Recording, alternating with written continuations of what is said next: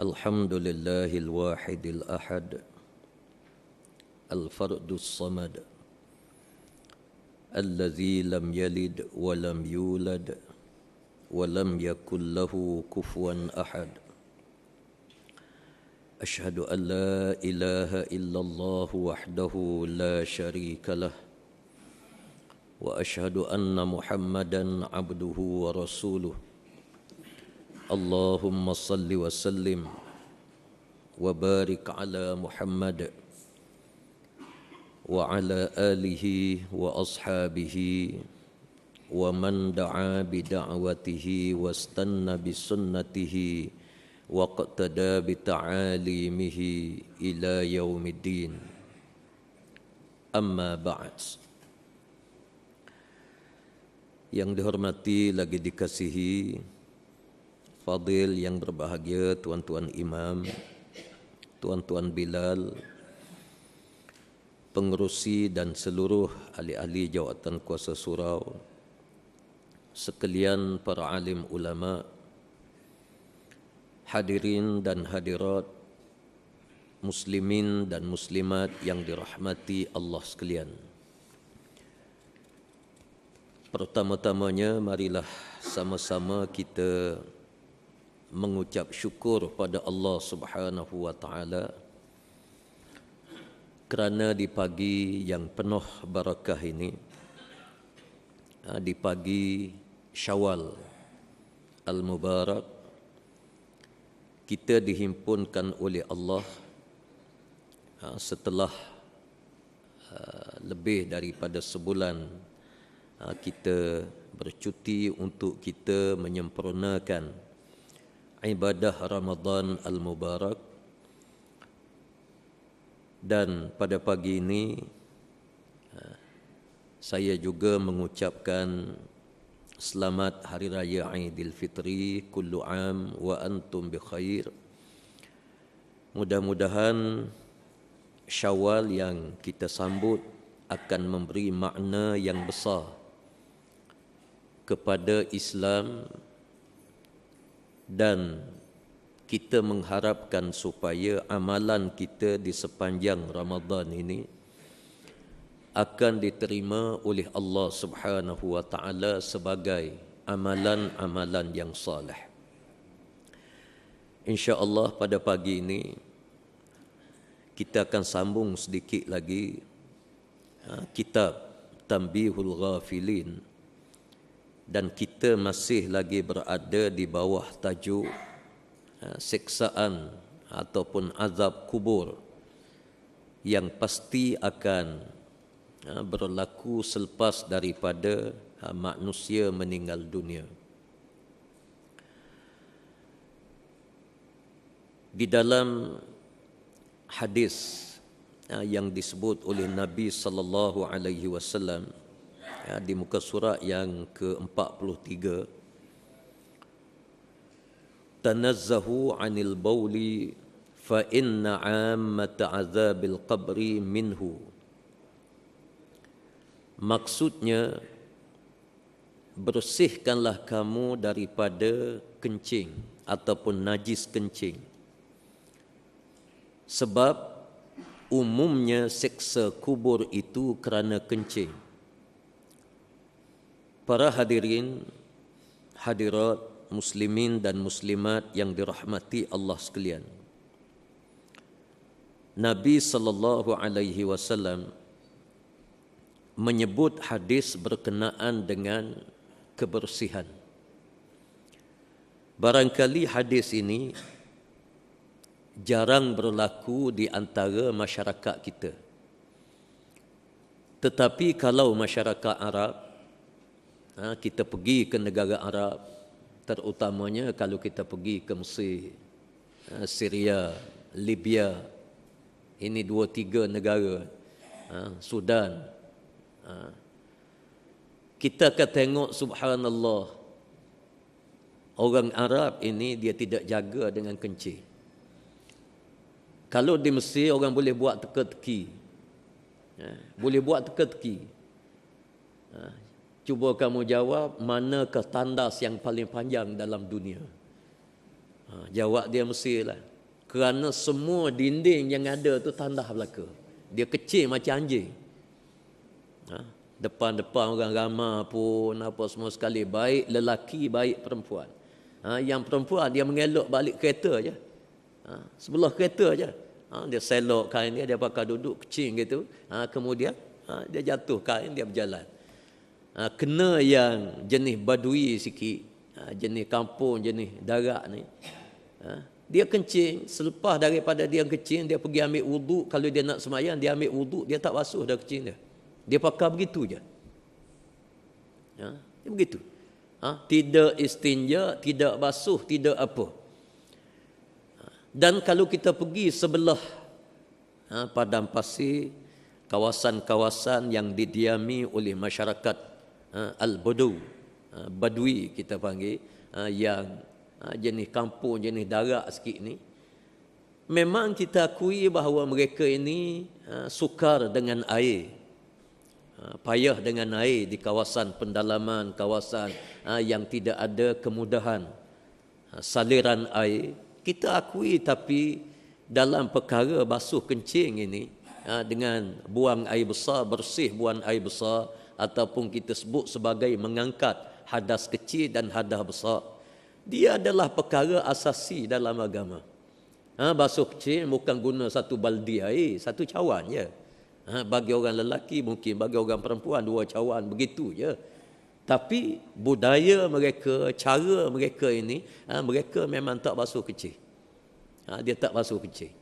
Munasabah kalau kita bertemu hadis yang seumpama ini, Nabi SAW menyebut bahawa umumnya azab kubur yang berlaku kepada umat Islam ini disebabkan mereka tidak bersihkan kencing mereka. Buang air kecil mereka ini tidak dibersihkan. Sebab itu saya kalau waktu duduk di Mesir dulu, kalau di bandar-bandar rasa tak was-was lah kita nak ikut imam. Kalau di kampung tu imam pun basuh, tak kecil tak basuh juga. Di sebelah kampung-kampung sebelah tu imam. Imam baik, Bilal baik. Dia dah jadi satu benda yang nak kata budaya pun, ialah budaya, jenis budaya perangai hudu. Dia di batang pokok pun dia kecil. Dia kecil. Kadang-kadang kalau jenis budak-budak ni di kereta orang pun dia kecil. Tu saya kata perangai macam anjing. Seolah-olah. Kalau ada orang Mesir dia marah. Tapi itulah hakikat. Jadi kita orang Melayu ni alhamdulillah. Saya berkeyakinan bahawa kita orang Melayu ni insya-Allah kita tidak termasuk dalam kumpulan yang disebut oleh Nabi sallallahu alaihi wasallam. Hatta kalau kita lihat kanak-kanak Melayu pun alhamdulillah dididik, diasuh, bila kecil dia basuh kecil. Kanak-kanak Melayu pun. Tapi Arab ni memang begitu. Memang dia tak basuh langsung. Kecil dia tak basuh. Baik. Nabi sallallahu alaihi wasallam bersabda dalam hadis yang lain, "Innallaha kariha lakum arba'a. Al-'abthu fis salah, wal-laghwu fil qira'ah, wal-rafathu fis siyam, wad-dhahiku indal maqabir."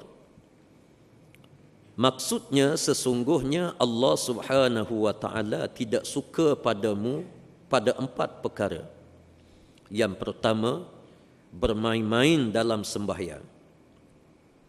Dan lara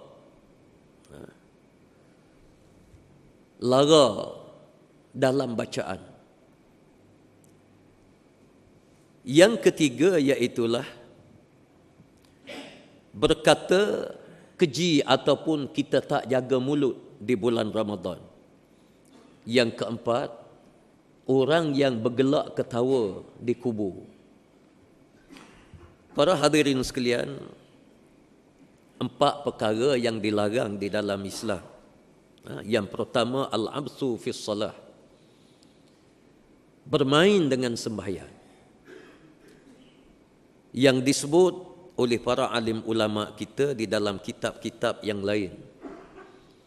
orang yang bermain dalam sembahyang ini termasuk orang yang menyempurnakan sembahyang. Dia sembahyang, bila masuk waktu dia sembahyang, tapi dia sembahyang ni tak tahu apa. Dia tak belajar berkenaan dengan sembahyang apa. Dia hanya pandai baca, pandai sujud, pandai rokok. Dia sekadar itu saja. Dia tidak menghayati solat dia, dan solat dia ini penuh dengan lara. Hanyut, angkat takbir Allahu Akbar. Hati dia masuk sampai dalam pasar. Balik semula ke office dia bekerja. Ingat sana, ingat sini. Benda-benda yang seumpama ini yang disebut oleh para alim ulama termasuk dalam al-absu fi salah. Imam Zakaria Al-Ansari, salah seorang daripada ulama besar di dalam mazhab Syafi'i radhiyallahu an. Zakaria Al-Ansari dia pernah mencari hadis-hadis Nabi sallallahu alaihi wasallam.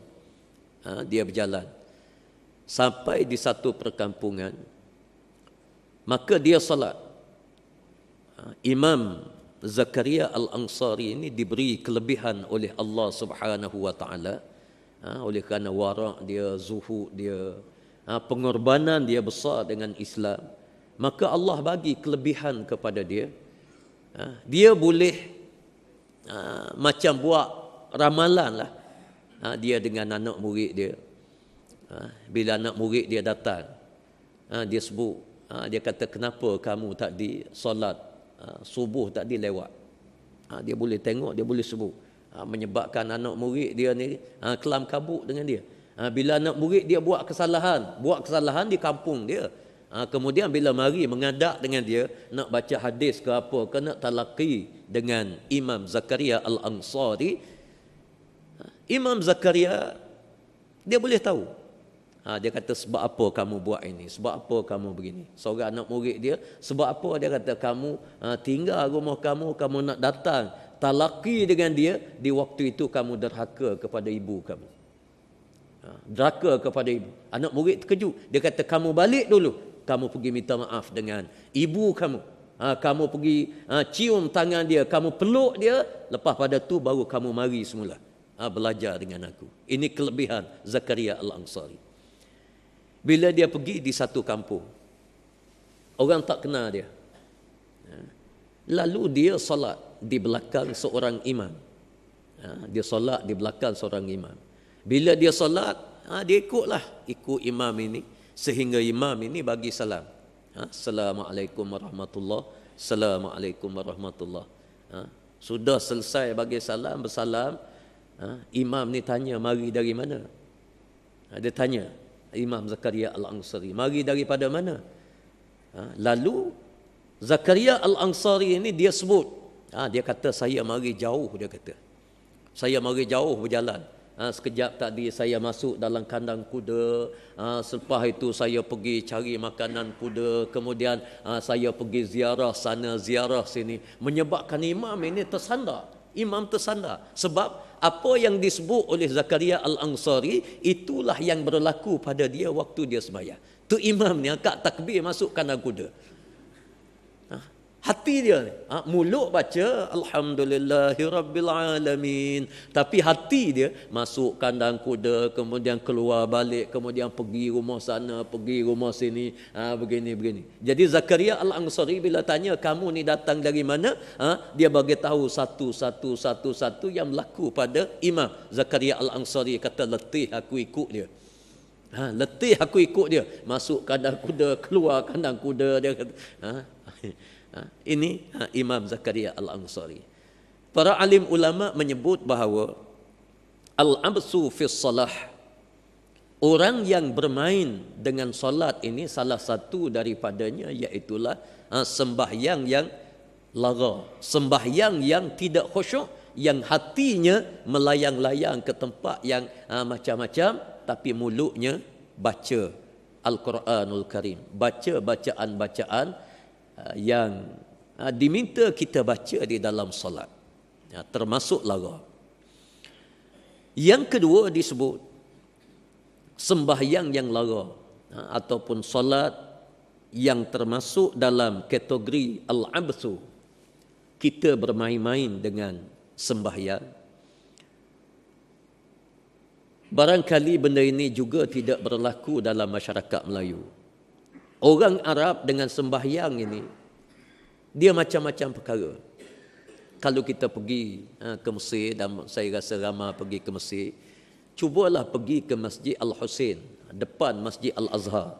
Dia beralah jalan je. Sebelah ini Masjid Azhar, sebelah sana Masjid Al-Husain. Masjid Husain ni masjid yang dianggap sebagai masjid negara lah. Ada makam Sayyidina Husain di sana. Kalau kita pergi sana, kita boleh tengok perangai ataupun manusia ni macam-macam perkara. Dan masjid ini, dia macam-macam grup yang datang. Ada Syiah, kerana di sana ada Husain, ada kepala Sayyidina Husain, mengikut riwayatnya yang paling sahih, dikebumikan di situ. Mari Syiah. Syiah ni kita tahulah salah satu daripada tabiat yang ataupun perangai yang menyesatkan. Dia ni mengagungkan sesuatu benda ni. Kalau dia pergi Masjid Husain, Sayyidina Husain ini lebih besar daripada Rasulullah. Hatta dia puja ni semacam lebih besar daripada Allah Subhanahu Wa Taala.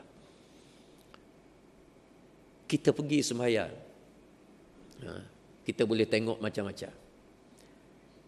Ada orang dia ikat kain serban dia dekat leher dia. Dia ikat ujung tu dekat leher. Ujung ni dia pegang, dia tadah. Dia pegang ni dia tadah. Ini kain serban dia tadah. Daripada masuk masjid lagi. Masuk masjid ni dia tadah. Kononnya supaya berkat ni masuk dalam kain yang dia tadah. Dia berjalan. Dia duduk dalam sah sembahyang ini. Dia sembahyang. Allahu Akbar. Tangan dia ni dia pegang. Sampai kepada tahiyat, sudah habis tahiyat ni. Bila selesai Assalamualaikum warahmatullahi, Assalamualaikum warahmatullahi, dia pun bukuh. Dia bukuh benda ni. Jadi berkat ni masuk banyak dalam ni. Dia bukuh. Disebut oleh ulama sebahagian daripada manusia yang bermain dengan sembahyang. Ini Arab. Saya tak tengok orang Melayu ni buat benda macam ni. Bukan seorang, bukan dua orang, macam-macam. Macam-macam. Ada yang kalau zaman dulu, zaman saya belajar dulu tahun 80-an, dulu tape recorder tu dia tak ada main CD-CD, ataupun kita sekarang ni kita pakai tape semua digital. Senang. Dulu pakai tali kaset tu yang berbusing tu. Yang berpusing. Di Masjid Husain kadang-kala Syekh Tablawi jadi imam. Bacaan dia sangat sedap lah. Sedap. Dia tape. Dia tape. Tip ni duduk kat pinggang dia. Kadang-kadang dia letak bawah, atas sejadah, letak di bawah tip dia. Munasabah kalau Rasulullah sebut pun, dia letak kat bawah. Bila imam ini baca ayat-ayat yang menyentuh api neraka, azab Allah, dia menangis. Dia menangis. Dan menangis dia ni kuat, bukan berkata menangis. Menangis kuat. Bunyi, dia menangis. Yang seronoknya tengah-tengah dia menangis tu, dulu tip kan, bila habis tu dia naik, dia berjetak, bunyi. Dia berhenti menangis. Dia tunduk, dia ambil tip dia ni, dia pusing tali. Dia tip balik, dia letak balik, dia sambung pula menangis. Dia sambung. Kita tengok angkara yang berlaku yang sudah tentulah perangai kasar orang Arab dan sebagainya, barangkali daripada zaman Nabi sallallahu alaihi wasallam. Arab Badui ni jenis yang ilmunya kurang, budaya dia kasar dan sebagainya, menyebabkan dia berlaku kasar hatta waktu dia berdepan dengan Allah Subhanahu wa taala. Waktu dia salat kasar. Para hadirin, tengah sembahyang. Tengah sembahyang, duduk sembahyang macam ni. Kadang-kadang bila soft ni kosong, dia biasa je. Dia pegang sebelah sana, dia tarik mari dekat dia. Tarik mari dekat dia. Yang seronoknya, bila tarik yang ni pun mari. Lepas tu mungkin dia fikir berkali imam duduk sebelah sana, sepatutnya dia lah kena mari dekat ni. Dia pergi balik tempat tu, dia tarik kawan ni pula. Arab. Dia punya ni yang Rasulullah sebut al-absu fi salah. Ada manusia yang dengan sembahyang ini semacam dia bermain. Yang jenis kalau kita masbuk muafiq lah. Imam ini jauh lagi soft. Macam tempat saya ni sampai kepada muslimah. Ini soft orang semayang di sana. Soft semayang. Dia masuk masjid. Tu imam dah rokok, Allahu Akbar. Tu imam rokok. Dia masuk je masjid, Allahu Akbar, dia rokok. Lepas tu dia berjalan sambil rokok. Dia berjalan. Sebab apa? Dia nak rakaat itu. Dia nak rakaat itu. Ini benda biasa sangat. Kalau pergi di masjid, wajib berjumpa benda ni. Wajib berjumpa. Dia mari. Dia rokok sini lagi. Dia masuk di tangga ni, Allahu Akbar, dia rokok. Dia berjalan, tunduk. Macam babi sodok tanah. Dia berjalan. Kita kadang-kadang melucukan. Melucu. Kemudian, ialah jarang para alim ulama yang tegur. Mungkin dia daripada kecil lagi. Ini kumpulan juhala mungkin. Menyebabkan para alim ulama pun dah jemu, dah nak tegur. Banyak lagi benda-benda besar ke, wallahu alam. Tapi saya duduk di masjid, jarang orang tegur. Sehingga bila lama kita duduk, kita pun anggap ini juhala ikut pandai dia. Jahil. Macam-macam benda berlaku dalam solat.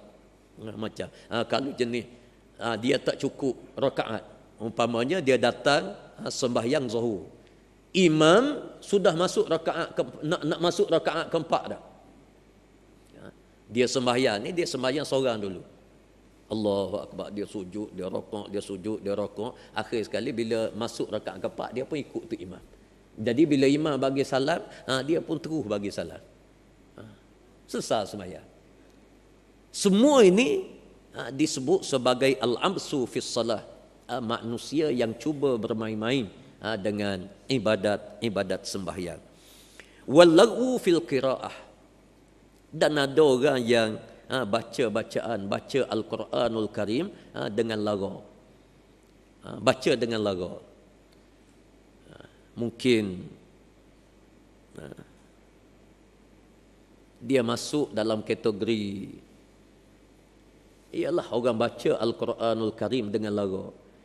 Ada orang baca Quran untuk cari upah. Untuk cari upah. Kematian, berlaku kematian. Dia cuba tawarkan diri, dia cuba apa. Tak nak baca Quran ke, upah saya boleh. Ini benda-benda yang orang panggil tidak baiklah. Dan saya sentiasa sebut, kalaulah benda berbentuk upah, dengan saya tidak nafikan bahawa ada pandangan daripada ulama fiqh yang mengatakan upah baca Al-Quran kepada orang yang mati ni harus. Kalau kita buka dalam Fathul Mu'in, kita akan jumpa benda macam ni. Tetapi pendapat yang seumpama ini, kalau tanya saya pun tidak bersetuju. Sebab kalaulah amalan-amalan berbentuk begitu boleh diupah, apa nasib orang yang dicipta oleh Allah datang ke dunia, dia adalah fuqara wal masakin, orang fakir miskin, nak makan pun tak cukup. Bila anak dia meninggal dunia, dia tak boleh nak upah, tak boleh nak apa. Maka tak adillah Allah buat ada orang kaya, ada orang miskin.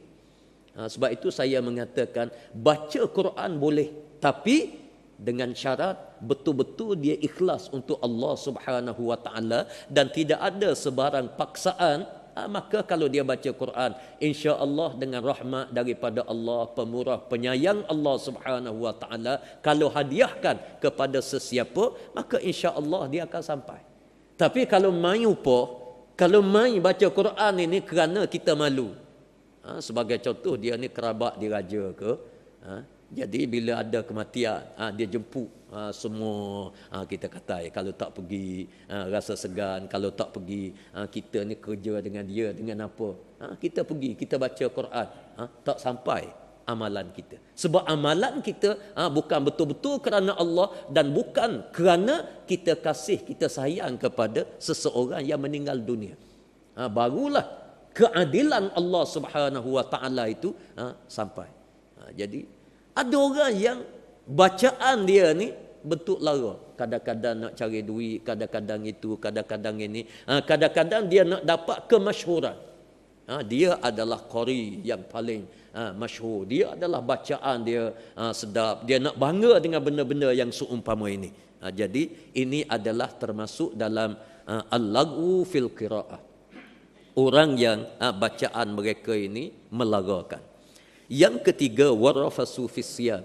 Dalam bulan Ramadan al-Mubarak, kita baru lepas Ramadan, ada orang yang tidak puasa mulut dia. Mulut dia laser. Dengan maaf saya sebut barangkali, yang ni banyak berlaku di kalangan wanita. Wanita ni dia suka sangat. Bila duduk nak jumpa ramai-ramai, mulalah dia buat cerita. 10 orang ke dia likung tu habis. Kadang-kadang dalam kain suami pun dia bagi tahu lagi. Habis dia sebut belaka itu ini mengumpat orang tu, mengumpat orang ni, ini orang lelaki ni berkali kurang sikitlah. Kalau ada orang lelaki pun ada, tapi dia tidaklah sehebat wanita. Wanita ni dengan maaf saya sebut, ini kena baikilah, kena baiki. Jangan kita suka mengumpat benda-benda yang tak baik. Mengumpat ini kita sebut benda-benda yang dia tidak suka, dan dia pula berbentuk fitnah. Ada pun benda-benda yang membabitkan harta benda negara. Kita duk bicara 1MDB sebagai contoh. Ini kena sebut nama. Tak apa, dia tak kira mengumpat yang tu. Yang tu bukan kira mengumpat. Ataupun benda-benda yang kita sebut untuk tujuan mahkamah, penyaksian. Itu tidak dipanggil mengumpat, tidak dipanggil itu dia masuk dalam bab lain. Yang mengumpat ini kita tahu rahsia orang, kita tahu keaiban orang. Aib ni para hadirin hadirat sekalian, semua orang ada. Saya ada aib saya. Sebab kita bukan malaikat. Bukan malaikat. Mungkin dosa saya dengan kawan-kawan yang lain. Sebab kita bukan malaikat. Orang ketiga dia tahu benda ini. Kalau dia mengumpat, dia sebut, ustaz ni dia kata mengajar tapi bila mari tapi tu. Tapi itu sepatutnya benda ini kita kena faham. Nabi SAW sebut, man satara aurata akhihi satarallahu auratah. Barang siapa yang menutup keaiban saudara dia, Allah akan menutup keaiban kita. Barang siapa yang membuka, mendedahkan rahsia keaiban saudaranya, maka Allah sendiri akan mendedahkan keaiban kita. Dan kita dalam hidup kita ada orang yang kita terasa hati. Istilah mudah agak, musuh kita lah. Istilah mudah, kita terasa hati. Orang ni kita terasa hati. Memang kalau ada orang yang ketiga bagi tahu keaiban orang yang kita benci, seronoklah kita. Oh itu ke? Kita kata, oh perangai huduh sungguh sebelum ni saya tak tahu. Padahal dia tahu dah.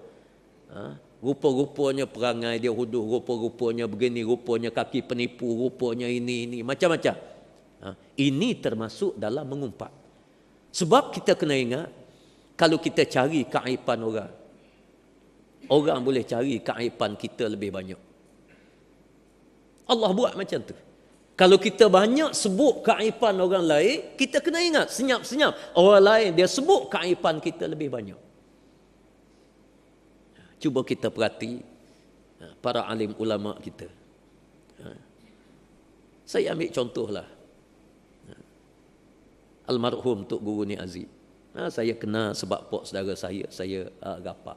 Saya tak pernah dengar keluar daripada mulut dia ni, dia bincang benda-benda buruk orang lain. Hatta kalau orang sebut keburukan orang lain dekat dia ni, dia kata tak apa, dia awak lari tajuk lain. Dia tak nak dengar. Para hadirin hadirat sekalian, cuba kita tengok. Siapa yang kata banyak sebut Tok Guru Ni Aziz ni buruk begini. Tak. Cuma kenyataan politik adalah ada orang politik sebut ini lebih kafir daripada kafir sebut. Orang yang sebut ni pernah saya berjalan dengan Tok Guru sekali, bertemu di airport. Bertemu tu dia terkejut, bersalam dengan tok guru, cium tangan. Cium tangannya, dia akut. Tapi kenyataan dia tu tak apalah. Tapi nak cerita bahawa dalam hati manusia orang suka. Orang suka, musuh pun suka, kawan pun suka, siapa pun suka. Kerana apa? Kerana dia menutup keaiban orang. Menutup keaiban orang. Pernah sekali adik dia, saya tak nak sebutlah, adik dia ni ramai, dia adik-beradik dia 18 orang. Untuk Guru ni Aziz ni, kerana bapak dia ni kahwin ramai. 18 orang adik-beradik dia. Ada seorang adik-beradik dia ni mari menceritakan keaiban keluarga lah. Dia marah tu, dia nak keluar biji mata. Marah. Dia kata, kamu kalau nak sebut keaiban ini, dia kata aib kamu ni besar lagi pada dia. Dia marah. Marahnya. Itu saya tengok sebagai contoh. Jadi bila kita tutup keaiban orang, orang lain pun dia sayang, dia kasih pada kita, dan Allah sendiri menutup keaiban kita. Jadi sebab itulah dalam kehidupan kita, bukan saja bulan Ramadan Al-Mubarak, kita kena jaga mulut kita daripada kita bercakap perkara-perkara yang tidak diingini oleh Allah Subhanahu wa taala. Dan orang yang menjaga mulut ini disebut dalam hadis yang lain, salah satu daripada sifat manusia yang bakal akan dibangkit oleh Allah di padang mahsyar, di alam mahsyar, bila dia bercakap, mulut dia baunya seperti kasturi. Bau, maknanya dia jaga mulut dia di dunia, bila dia bercakap di hari akhirat, mulut dia sebagaimana kasturi, bau dia sedap. Ini disebut dalam hadis Nabi sallallahu alaihi wasallam. Yang keempat, wadhahiku indal maqabir. Orang yang bergelak ketawa di atas kubur. Yang ni barangkali kita orang Melayu masuk, orang Arab sini dia boleh jaga. Tapi dia jaga ni agak melampau sikit. Bila berlaku kematian, masyarakat Arab ni masih banyak lagi sampai kepada hari ini. Dia ada satu grup. Grup ni bila dia dengar saja kematian, dia akan pergi ke rumah orang mati. Pergi ni, dia ada bus kos. Dia ada macam persatuan. Yang perempuan yang pakai serba hitam. Kalau di Mesir. Di Mesir lah banyak benda ni. Dia pergi. Bila sampai saja dia menangis. Dia menangis, dia tampar muka dia. Dia tampar, dia menangis, dia meratak macam-macam, dia meratak supaya melahirkan satu suasana orang bersedih. Sebab itu dalam hadis yang lain Rasulullah pun sebut, di antara manusia yang dilaknat oleh Allah, iaitulah orang yang apabila berlaku kematian maka dia menamparkan pipi dia dan mengoyakkan baju dia. Koyak baju ni saya tak pernah tengok lagi. Tapi yang tampar pipi di Mesir ni berlambuk. Bila berlaku je kematian, dia akan sampai. Sampai kumpulan. Jadi dia menangis-menangis. Tuan rumah lepas daripada jenazah selesai, dibawa keluar, maka tuan rumah ni bagi duit lah. 1 junih, 2 junih. Bukan banyak. Bagi duit. Dia cari duit macam tu. Ini orang yang susah yang ada di Mesir.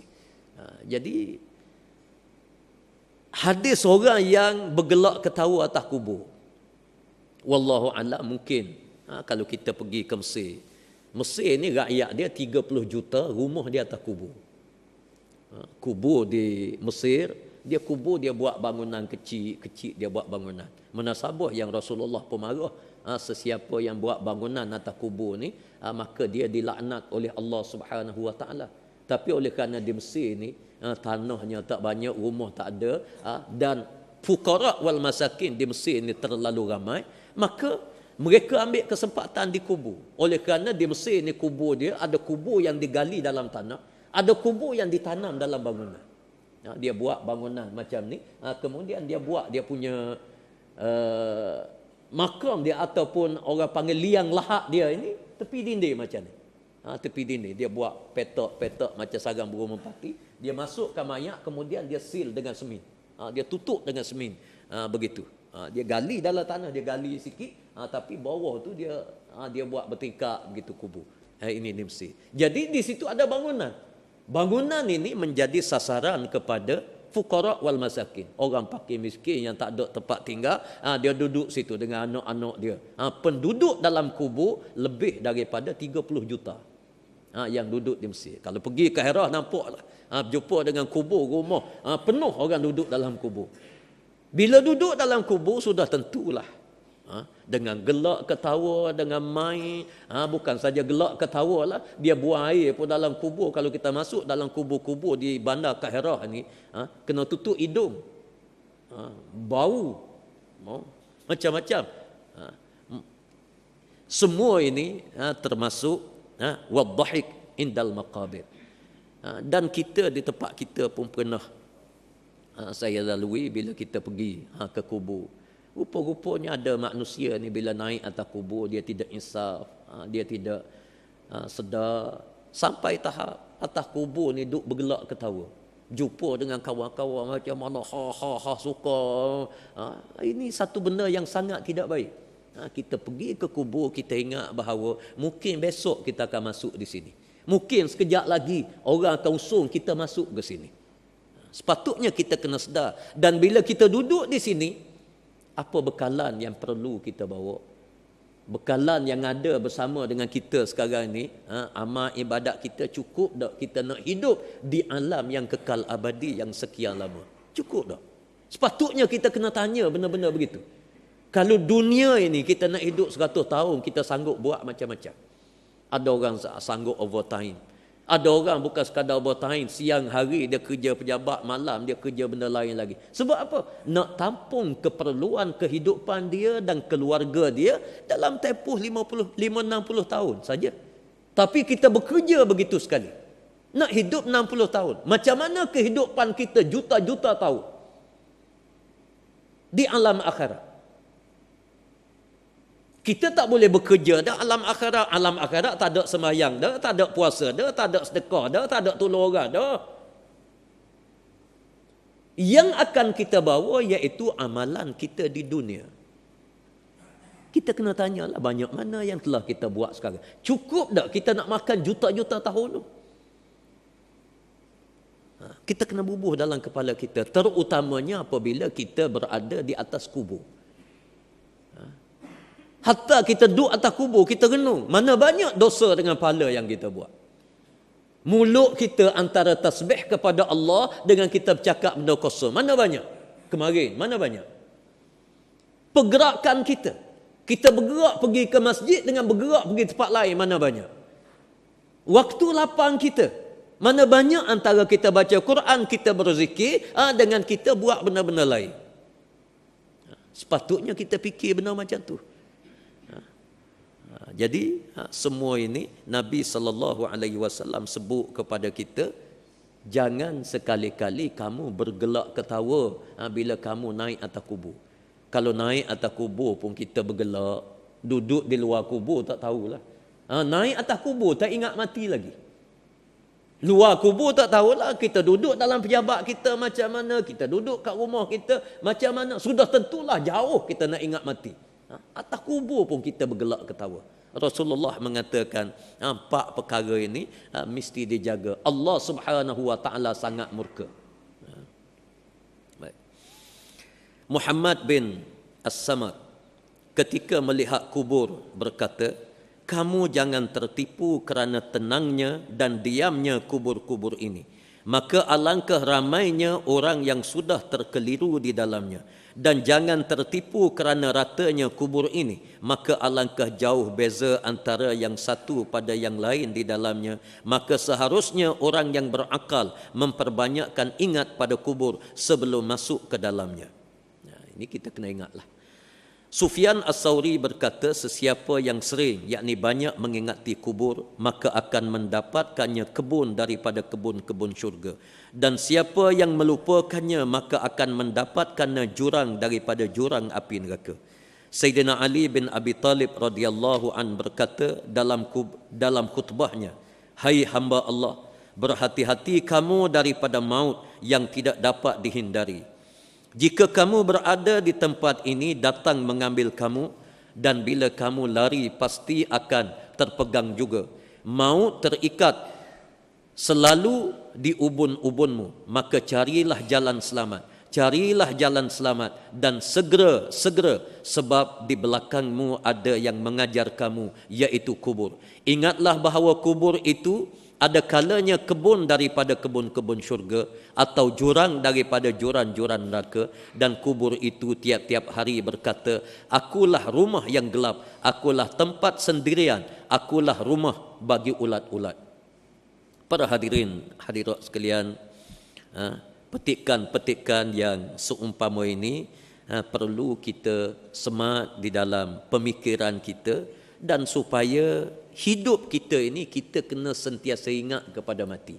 Dia adalah ubat yang sangat mujarab kepada akhlak kita, kepada perangai kita, tingkah laku kita.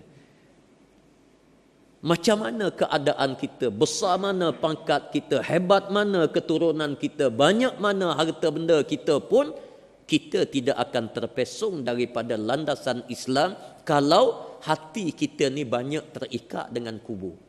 Kita ingat kita akan mati. Maka di waktu itu insya-Allah, kalau Allah anugerahkan kepada kita kelebihan berbanding dengan orang lain, kita tak jadi takabur, kita tak jadi sombong, tak jadi angkuh, tak jadi besar diri ke apa benda ke, tak jadi. Sebab apa? Kita ingat kubur. Dalam kubur ni kita pakai apa sekalipun, kita duduk dengan pomak poleh sama je. Yang bezanya atas dunia ni je. Ni orang panggil tuanku, ni orang panggil hey pak mak. Bolehlah atas dunia 60 tahun ni bolehlah beza. Yang ni tuan-tuan Tan Sri ke apa ke, ni yang ni hey pak mak, orang panggil biasa aja. Okey, 60 tahun jalanlah benda ni. Mati duduk dalam kubur, malaikat mari, tak ada Tan Sri ke? Tan Sri semayang dulu. Dok. Tak panggil dah. Kalau nama dia Mamak, kalau nama Najib lah. Orang panggil nama dah. Wahai Najib, wahai ni, wahai Mamak, wahai ni, kamu semayang tak semayang? Tak ada dah. Ke bawah duli begini. Tak ada. Tuan ke apa, tak ada. Batu nesan yang lainnya. Bawah batu nesan sama je. Jadi bila kita ingat benda macam ni, insya-Allah kita boleh pandu diri kita. Kita tak rasa ego, kita tak rasa sombong, kita tak rasa takabur waktu kita hidup atas dunia. Jadi kubur ini merupakan satu tempat yang menjadi muhasabah kepada kita, dan kubur ini perlu kita ingat adanya azab. Sebagaimana yang kita lalui, adanya azab, dan mudah-mudahan insya-Allah Allah Subhanahu wa taala menyelamatkan kita daripada azab kubur ini insya-Allah. Para hadirin hadirat muslimin dan muslimat yang dirahmati Allah sekalian, sekadar itu sahaja insya-Allah kuliah subuh kita pada pagi ini. Mudah-mudahan insya-Allah 1-2 hadis yang sama-sama kita lalui ini akan menjadi tazkirah, peringatan ulangan kepada kita. Saya percaya bahawa benda yang seumpama ini sering kita dengar, tapi kita dengar banyak kali, mudah-mudahan dia akan lekat dalam hati kita, dan dia lebih sebati dengan kita insya-Allah. Yang baik datang daripada Allah Subhanahu wa taala, yang tidak baik datang daripada kelemahan dan kejahilan diri saya sendiri insya-Allah. Para hadirin hadirat sekalian, seperti biasa insya-Allah bagi sesiapa yang nak terus menyumbang untuk pembangunan dan aktiviti-aktiviti yang akan disempurnakan oleh pihak Qadim Kompleks Dakwah Islamiah Malaysia. Untuk makluman, minggu depan ini 28 hari bulan, saya dan rakan-rakan yang lain kita akan pergi ke satu tempat di Sabah, iaitu di Pulau Bonggi. Sebelum daripada ini kita dah pergi dan kita dah buat siri dialog dengan masyarakat bukan Islam. Alhamdulillah, yang peluk Islam kurang lebih 300 orang. Sekali dengan anak-anak tu lebih daripada 300. Dan dimaklumkan kita dapat feedback, insya-Allah minggu depan ini mereka akan masuk Islam lebih daripada 100 orang lagi. Di satu kampung. Dia berpakat sebab kita dialog dan kita pujuk ketua kampung baru ni, dan dia masuk Islam dalam grup 300 orang. Jadi dia berjanji, dia kata dia nak mengislamkan, dia nak pujuk. Alhamdulillah, dia nak pujuk, dan alhamdulillah dia bagi tahu insya-Allah 100 orang lebih anak-anak buah dia di kampung ini akan peluk Islam, dan insya-Allah bila kampung itu dia peluk Islam, untuk maklumanlah biasanya kampung tu dia tak ada orang Islam tempat tu. Bila tak ada orang Islam ni, surau tak ada, masjid tak ada, apa-apa bentuk ibadat ni tidak ada. Dan mereka bila masuk Islam ni, benda pertama yang dia minta iaitulah surau. Dia nak surau. Dan yang 300 orang ni duduk di kampung macam-macam, kita buat surau untuk mereka. Surau kecil je, buat dengan kayu. Kecil je, kita buat menelan belanja 10,000, ada 15,000, ada yang sampai 30,000, yang ramai sikit kita buat besar sikit. Yang telah kita bina siap, alhamdulillah 7 buah surau ataupun masjid, 7 buah, dan yang dalam pembinaannya ada 8 buah. Dalam pembinaan ada yang baru kita start buat tiang, macam-macam lah, dan benda ini dia bergantung kepada sumbangan orang ramai. Yang ni kalau ramai menyumbang, cepatlah. Dia orang dia buat sendiri, dia buat sendiri, alhamdulillah. Setakat ini jujur dia tak minta upah apa. Alhamdulillah dia yang tolong buat. Jadi insya-Allah minggu depan ini kita akan pergi dan kita nak settle lah masalah masjid yang belum siap apa semua sekali. Maka kita pun nak bawa orang panggil dana lah sikit, dana sikit untuk mereka. Satu, yang keduanya insya-Allah saya dengan Yayasan Amal, dengan Tautar Rahmah, NGO yang kita tubuh, kita nak ambil anak-anak muda yang telah peluk Islam ini, umur 15 hingga 20 tahun lebih kurang begitu, yang belum kahwin. Kita nak ambil, kita nak bawa mari ke Semenanjung di tempat-tempat ini. Di Bangi kita ada satu tempat, Yayasan Amal buat tempat untuk mereka berkursus, dan sebahagian daripadanya insya-Allah saya sendiri akan ambil, pergi letak di Qadim yang sama-sama kita bina itu, kita letak situ, dan kita jangka akan memakan masa selama 1.5 tahun saya jangka. Dia akan ikut kita punya silbus, bukan macam belajar rasmi ni. Kita ajar dia baca Quran, kita ajar dia solat, biar dia boleh jadi imam apa semua sekali. 1.5 tahun dia akan balik ke tempat dia masing-masing, dan insya-Allah dia yang akan jaga kumpulan dia, akan jaga etnik dia. Sebab mereka ini kalau kita Islam kemudian kita tinggal, sebagaimana banyak tempat di Sabah yang kita pergi, mereka pernah masuk Islam dulu, ada jabatan pergi, ada universiti pergi, dia masuk Islam, lepas tu tinggal, dia murtad balik. Bila murtad ni payah nak masuk Islam kali kedua, payah. Macam-macam dia tuduh, dan tuduhan tu dia betul. Dia kata kita masuk Islam, kemudian pakat tinggal, dia kata. Pakat tinggal, susah. Dia kata susah kami, dia kata. Masyarakat setempat yang agama lain, pulau kami macam-macam, tinggal. Jadi kita ini kita tak nak tinggal. Insya-Allah setakat ini yang Islam ini, kita sentiasa follow dia, pergi dia, dan kita hantar tenaga pengajar, tapi ialah tak ada orang yang sanggup pergi nak duduk sana. Setakat ni kita tak jumpa lagi. Itu yang memenatkan kita. Jadi bila kita berbincang mesyuarat, kita nak buat macam itulah. Kita nak ambil di kalangan mereka, kita nak ajar Islam biar dia faham, dia balik insya-Allah dia jaga keluarga dia, anak beranak dia di sana insya-Allah. Jadi dalam tempoh 1.5 tahun yang kita ambil ni, kita full support. Orang bukan Islam, dia baru masuk Islam, nak minta yuran tak pernah sabar, lagi pula dia ni miskin. Biasanya di Sabah ni orang miskin. Kalau yang peluk Islam di Semenanjung ada orang Cina, ada orang India ni, alhamdulillah, yang ni tak payah.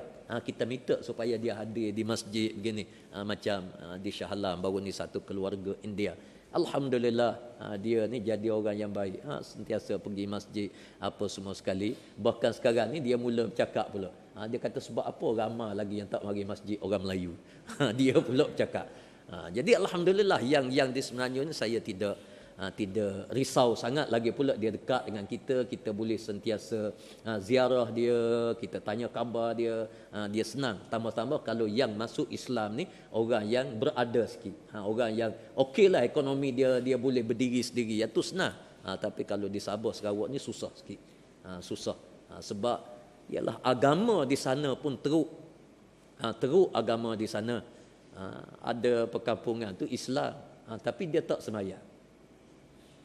Ada surau kerajaan bayar allowance kepada imam, allowance kepada Bilal, tapi dia ambil allowance saja. Tu imam pun tak pergi masjid, Bilal pun tak pergi.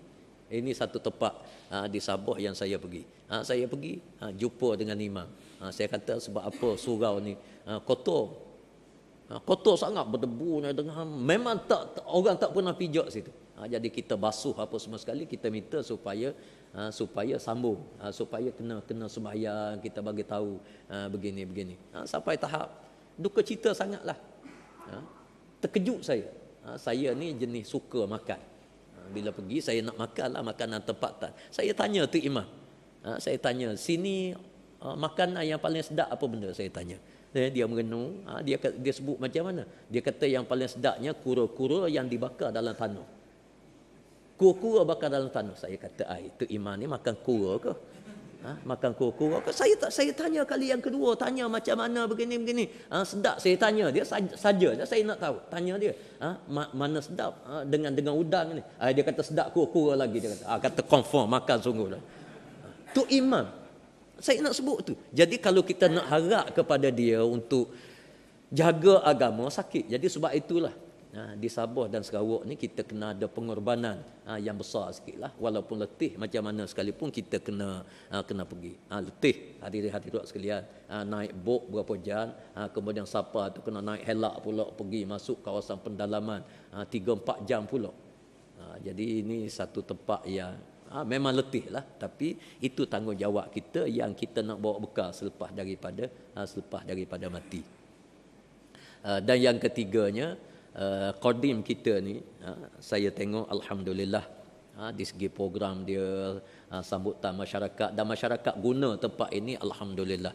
Kemarin muslimat buat majlis hari raya, alhamdulillah ramai, dan program-program besar pun memang tertumpu di bangunan Qadim yang ramai di kalangan kita yang telah pergi, alhamdulillah.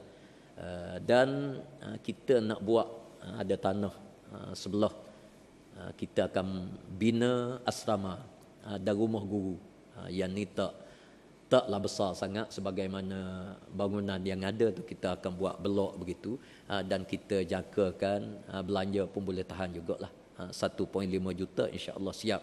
3 blok bangunan itu insya-Allah siap. Jadi insya-Allah kami ahli-ahli jawatankuasa yang ni kita akan buat perlahan-lahan. Bila ada duit kita buat, tak ada duit kita akan berhenti. Sebab saya pun rasa surrender juga. Jadi tak boleh. Tapi kita akan buat slow-slow kerana bangunan yang ada tu untuk sementara ni kita boleh guna. InsyaAllah awal tahun depan kita akan ambil pelajar. Dia belajar di bawah dan dia duduk di tingkat atas tu insyaAllah. Jadi insyaAllah kita boleh guna untuk sementara, tapi untuk jangka masa 2-3 tahun akan datang kita kena ada asrama di luar. Sebab saya jangkakan sambutan sangat menggalakkan insya-Allah. Dah ramai dah orang tanya nak hantar anak apa semua sekali. Saya kata insya-Allah ahlan wa sahlan. Awal tahun depan ni kita akan mula ambil pelajar di tahun 1 tingkatan 1 insya-Allah. Kita akan buat tahfiz tapi bidang dia dakwah untuk non muslim. Itu bidang dia insya-Allah. Jadi itulah makluman berkenaan dengan kegiatan dakwah di Qadim yang sama-sama kita bina insya-Allah. Auzubillahi minasyaitonirrajim. Bismillahirrahmanirrahim. Alhamdulillahirabbil alamin wassalatu wassalamu ala sayyidil anbiya'i wal mursalin sayyidina maulana Muhammad wa ala alihi washabbihi ajma'in. Allahumma zakkirna ma nasina wa 'allimna ma jahilna. Allahumma zidna ilma, Allahumma zidna fahma, Allahumma zidna rizqan halalan tayyiba. Allahumma ja'al jam'ana hadza jam'an marhuma wa tafarraqana min ba'dihi tafarruqan ma'suma. Allahumma man arada bihadza ad-din khairan fawafiqhu ila kulli khair wa man arada bihi syarran fakhudhu akhza azizin muqtadirin ya rabbal alamin. Rabbana ighfir lana dhunubana wa israfana إسرافنا في أمرنا وثبت أقدامنا وانصرنا على القوم الكافرين ربنا افتح بيننا وبين قومنا بالحق وأنت خير الفاتحين ربنا آتنا في الدنيا حسنة وفي الآخرة حسنة وقنا عذاب النار اللهم ربنا تقبل منا دعاءنا وقيامنا وقراءتنا وصيامنا وتضرعنا يا أرحم الراحمين يا مجيب السائلين استجب دعاءنا يا الله ربنا هب لنا من أزواجنا وذرياتنا قرة أعين وجعلنا للمتقين إماما ربنا آتنا في الدنيا حسنة وفي الآخرة حسنة وقنا عذاب النار وصلى الله على سيدنا محمد وعلى آله وصحبه أجمعين والحمد لله رب العالمين.